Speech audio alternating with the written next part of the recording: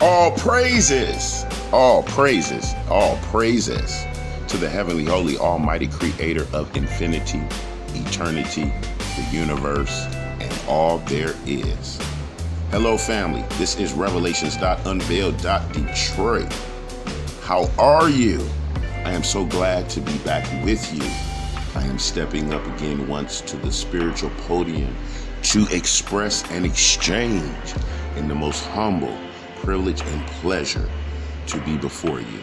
And always my petitions of continuousness for the prayer and the care and the safety of the scattered tribes of the house of Israel and the pending Israelites, my brothers and sisters of the world.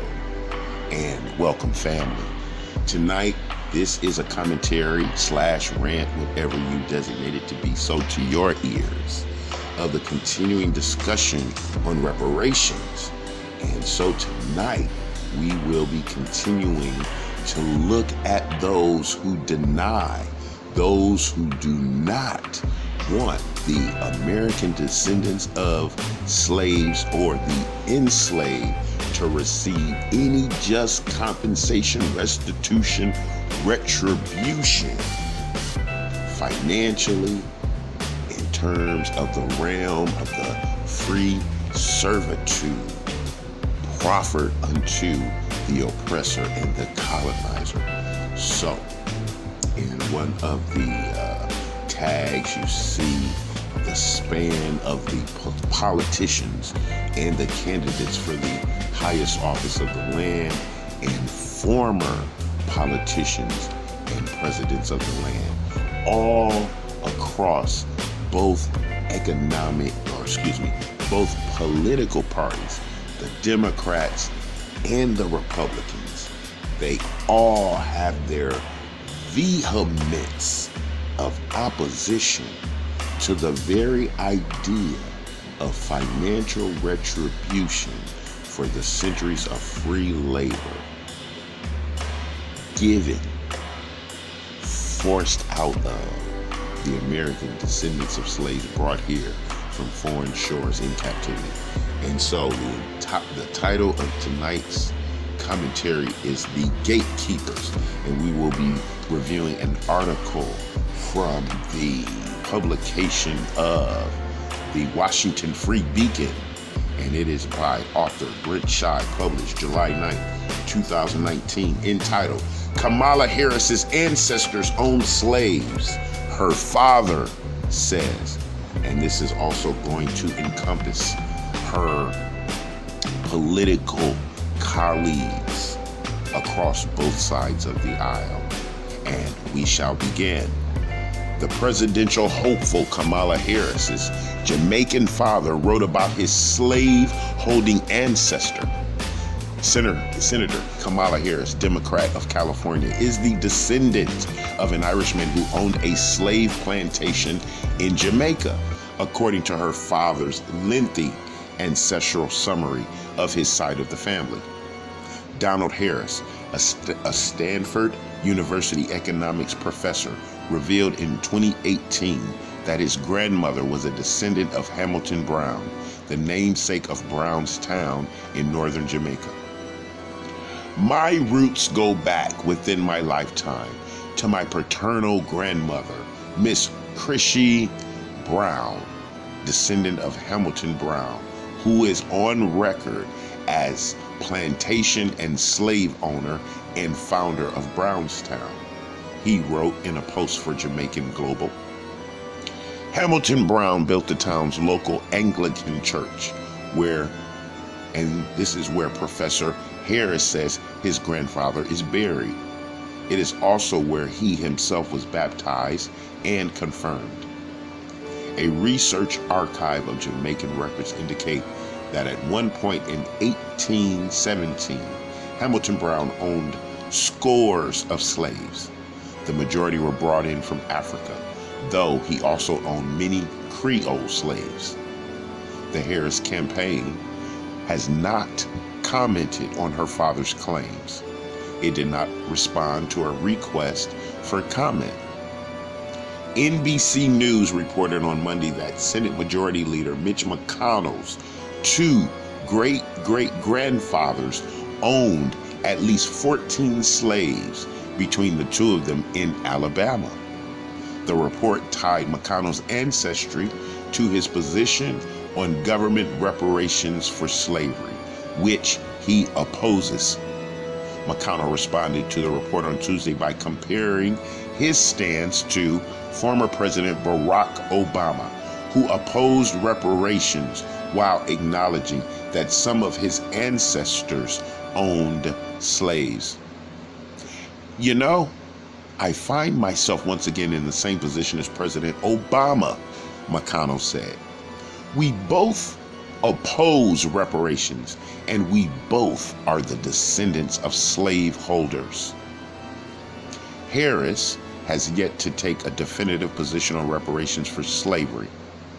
When the California senator was asked in February whether she supports some form of reparations for Black people, she said she did, but was not clear on how exactly it would be paid out. We have to be honest that people in this country do not start from the same place or have access to the same opportunities, Harris said. I'm serious about taking an approach that would change policies and structures and make real investments in Black communities. A few weeks later, she distanced her position from explicit payments to the descendants of slaves, saying she views policies aimed at lifting up the poor, such as her tax credit to low-income families, as reparations. If you look at the reality of who will benefit from certain policies, when you take into account that they are not starting on equal footing, it will directly benefit Black children, Black families, Black homeowners, because the disparities are so significant, Harris said. She later told NPR that reparations means different things to different people. I think that the term reparations, it means different things to different people, Harris said. But what I mean by it is that we need to study the effects of generations of discrimination and institutional racism and to determine what can be done in terms of intervention to correct courses.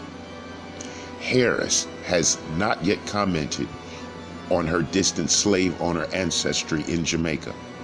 Her father earlier this year said his daughter's ancestors would be turning in their grave if they heard her stereotype the island's people as pot-smoking joy seekers.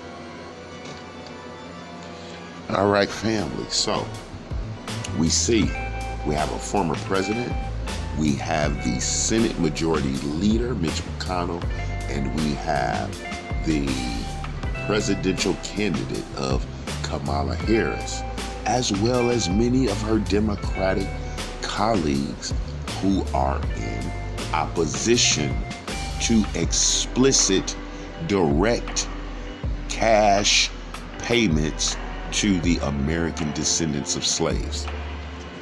So now, how do we chew on this bone, family? Because we had a president, Mr. Barack Hussein Obama, who was the joy, the dream, and the wonder of so many so-called Black people when he arose and became the quote-unquote first Black president of these old United States of America. He represented a vision. He represented an accomplishment. But what did he represent as it pertains to the direct action of the people who gave the greatest reverence to his rise to the greatest throne on the earth? What did Barack Obama do for the repair of the community of the descendants of those who were enslaved on American soils. Now, family, you have to dig deep into your mental evaluation of these people. These are highly educated people from the Ivy League, the private, most expensive and exclusive universities on earth. They know the history, the histories. They know more of your history than you do. And they know their own histories.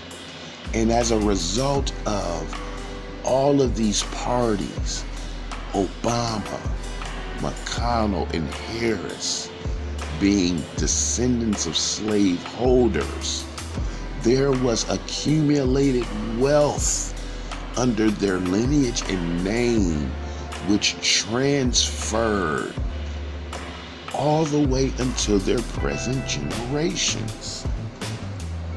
And Barack Obama's father was an African student from the country of Kenya, and his mother was an American citizen. But Barack did not grow up with the history of the American descendants of the enslaved.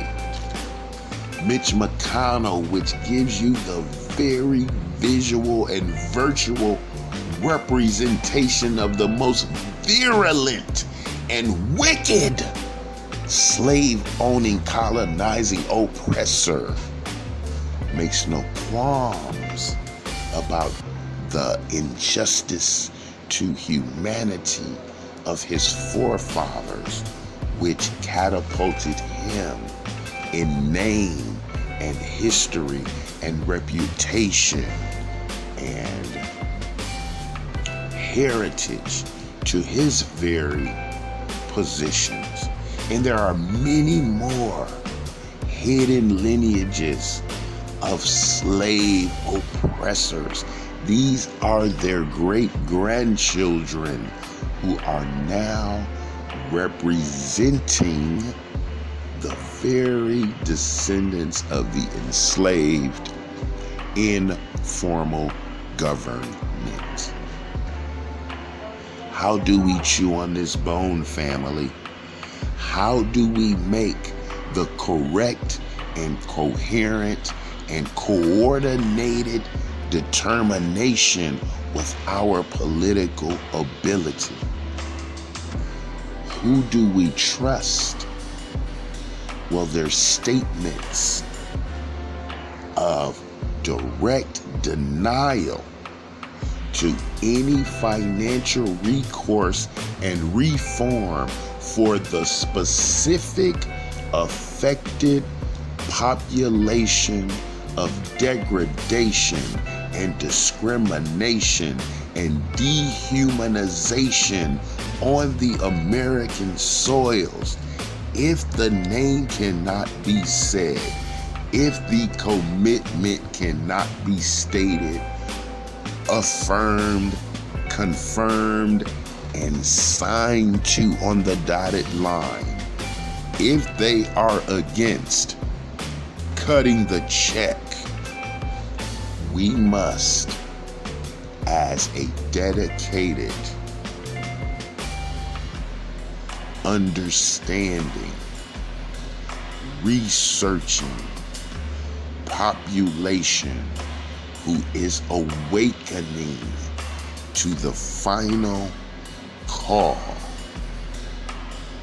for the equalization of American society as based on its so-called principles of the pursuit of life, liberty, justice, integrity, where all men are created equal and endowed with certain unalienable rights to prosper as he will and can on the playing field of spiritual and national righteousness. Family of the American descendants of slave community, there is no more talk. There is no more bargaining. We will commit our spiritual, intellectual, and financial energies to the formulation of a specific political party dedicated, founded with its supreme mission for the acquisition of the American wealth due to those in memory of the captivity on this continent. Let it be done, and so be it. And so, family, let us go back to our mental marination, our intellectual evaluation in the political realm, so that we now may become more fortified in position and strength and duty. So, family, we shall continue with the rants, the commentaries, the debates, the evaluations, and considerations. And until we are together again, I love you. I love you. I love you. This is Revelations.Unveiled.Detroit.